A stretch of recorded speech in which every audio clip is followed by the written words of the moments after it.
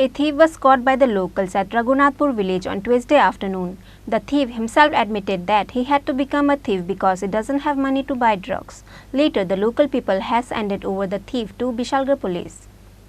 From the last few days, there has been thief cases in the village of Radhunathpur Village. Likewise, on Tuesday afternoon, a thief was caught by the villagers when he was trying to steal a screw and pipe below the bridge. The thief himself admitted that he had to become a thief because he doesn't have money to buy drugs. Later, the local people has handed over the thief to Vishalgarh police. Similarly, there is another guy from the village who is in connection with him. However, he ran away after the police arrived in the village. কইরা সেরা তো এদিক দা চুরি করে সেদিক দা চুরি করে তারপরে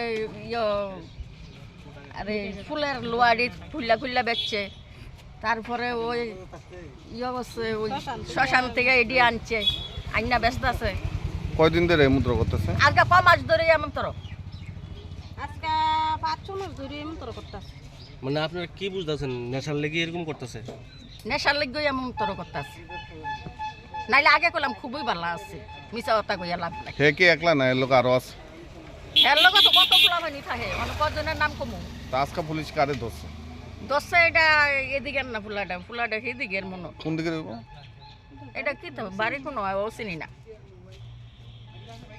তাও চিনি না কয়জনরে ধরছে একজনরে নিছে কোন জায়গা থেকে ধরছে police Raghunathpur In the end, the police has brought the thief from the villagers to the Vishalgarh police station. Further, the police are now searching for the another thief who is also in connection to him. Bureau Report, Chini Khorang.